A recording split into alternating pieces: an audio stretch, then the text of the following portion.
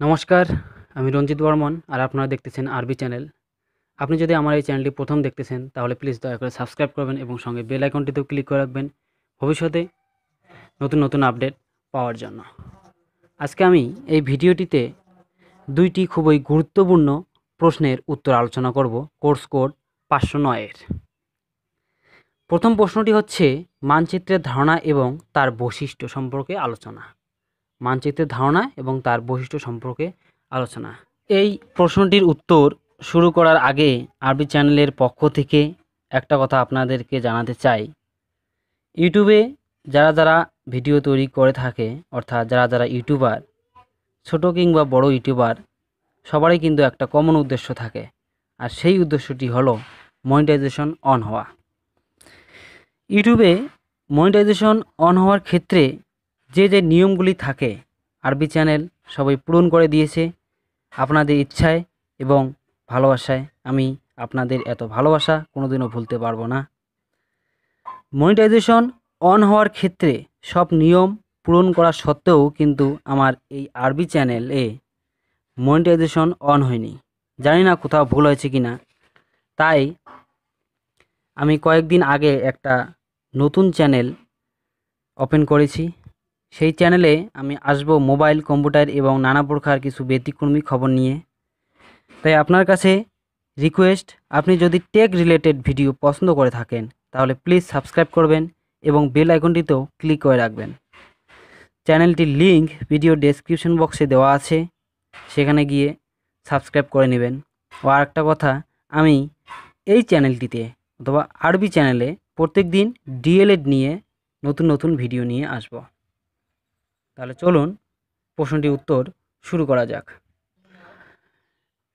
অর্থপূর্ণ শিক্ষণের একটি গুরুত্বপূর্ণ উদ্দেশ্য। শিক্ষার্থীর শিখন উন্নয়নে বিভিন্ন উপাদান লক্ষ্য করা যায়। এদের মধ্যে একটি গুরুত্বপূর্ণ পদ্ধতি হলো বিভিন্ন ধরনের কৌশল গ্রহণ করা। ইহা শিক্ষার্থীদের ধারণা শক্তি বৃদ্ধিতে সাহায্য করে। এটা এমন একটা প্রক্রিয়া যা ধারণ সংক্রান্ত মানচিত্র তৈরিতে সাহায্য করে। তবে আসি ধারণা মানচিত্রের বৈশিষ্ট্য। 1 নম্বর ধারণা মানচিত্রের বৈশিষ্ট্য। 1 নম্বর ধারণা মানচিত্র রেখাচিত্রের উপস্থাপন যা ধারণার মধ্যে অর্থপূর্ণ সম্পর্ক গড়ে তোলে। ধারণা মানচিত্রের রেখাচিত্রের উপস্থাপন যা ধারণার মধ্যে অর্থপূর্ণ সম্পর্ক গড়ে তোলে। এই ধারণা মানচিত্রের ধারণা এবং ধারণা মানচিত্রের বৈশিষ্ট্য 38 পেজে আছে। কোর্স কোড 509 ব্লক 3 এর 38 পেজে আছে। আপনি বইটি ডাউনলোড করে আবারও ভালো করে পড়ে বুঝে নিতে পারবেন। 1 নম্বরটি হচ্ছে ধারণা মানচিত্র রেখাচিত্রের উপস্থাপন যা ধারণার মধ্যে অর্থপূর্ণ সম্পর্ক গড়ে তোলে, এবং 2 নম্বরটি হচ্ছে অব্যয়বাচক সম্বন্ধ ধারণার মধ্যে যোগসূত্র বর্ণনা করে। 3 নম্বরটি হচ্ছে সাধারণত ধারণা লিখিতভাবে বৃত্তের মধ্যে অথবা বক্সের মধ্যে কতগুলো শব্দ লাইন এর দ্বারা যুক্ত করা হয়।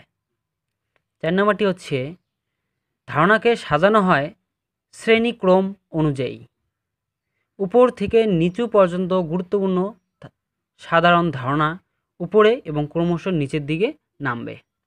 5 নম্বরটি হচ্ছে সেখানে এক যোগসূত্র থাকবে ধারণা যুক্ত করে। 6 নম্বরটি হচ্ছে বিষয় অতিক্রম করে ধারণার সংহতি স্থাপন করা। একটা চিত্র দেওয়া আছে। আপনি যদি 38 পেজে আসেন তাহলে একটা চিত্র দেখতে পারবেন, আরও ভালো করে বুঝে নিতে পারবেন। এবং 2 নম্বর প্রশ্নটি হচ্ছে সহযোগিতামূলক শিখনের উপাদানগুলির শর্ত। 1 নম্বরটি হচ্ছে ইতিবাচক পারস্পরিক নির্ভরশীলতা। দলের প্রতিটি সদস্যের ভূমিকা অপরিহার্য দলের সাফল্যের জন্য। দলের প্রতিটি সদস্যের ভূমিকা খুবই গুরুত্বপূর্ণ। প্রতিটি দলের সদস্যের নির্দিষ্ট ভূমিকা থাকে দলগত কাজের জন্য, কারণ তার দক্ষতা এবং কাজের দায়িত্বের পরিপ্রেক্ষিতে তাদের ভূমিকা থাকে। 2 নম্বরটি হচ্ছে মুখোমুখি ভাব বিনিময়। শিক্ষক মহাশয় তাদের বলবেন কিভাবে কাজ করতে হয় এবং তাদের বোধগম্যতা বোঝার জন্য যেটা তারা শিখেছে কীভাবে তার পরীক্ষা করতে হয়, এই জন্য নতুন শিক্ষা ও অতীত শিক্ষার মধ্যে যুক্ত করতে হবে। 3 নম্বরটি হচ্ছে ব্যক্তিগত এবং দলগত দায়বদ্ধতা। 3 নম্বর পয়েন্টটি হচ্ছে ব্যক্তিগত এবং দলগত দায়বদ্ধতা। শিক্ষক মহাশয় প্রতিটি দল ছোট রাখার চেষ্টা করবেন। এর ফলে ব্যক্তিগত দায়িত্বশীলতা বৃদ্ধি পাবে। এটা অবশ্যই জরুরি যে শিক্ষার্থীদের পরীক্ষা মৌখিকভাবে নেওয়া যেতে পারে এবং তোমরা কি শিখেছো তা উপস্থাপন করো। যখন শ্রেণীকক্ষে কোনো অসুবিধার সম্মুখীন হলে দলের সকল সদস্য প্রস্তুত থাকে সেই অসুবিধা দূর করার জন্য। 4 নম্বরটি হচ্ছে পারস্পরিক এবং ক্ষুদ্র দলগত দক্ষতা। সামাজিক দক্ষতা, নেতৃত্ব, সিদ্ধান্ত গ্রহণ, যোগাযোগ এবং দ্বন্দ্ব প্রশমন এ ব্যাপারে শিক্ষার্থীদের মধ্যে দক্ষতা গড়ে তুলতে হবে। 5 নম্বরটি হচ্ছে দলগত প্রক্রিয়া। দলের সদস্যরা আলোচনা করবে কীভাবে তারা লক্ষ্যে পৌঁছতে পারবে এবং কীভাবে তারা ফলপ্রসূ কর্মকেন্দ্রিক সম্পর্ক গড়ে তুলতে পারবে। তাদের সামনে আলোচনা করতে হবে সদস্যদের কোন কাজ সহায়ক এবং কোন কাজ সহায়ক নয়। এই ধরনের ভূমিকা তাদের আচরণে প্রতিফলিত হবে।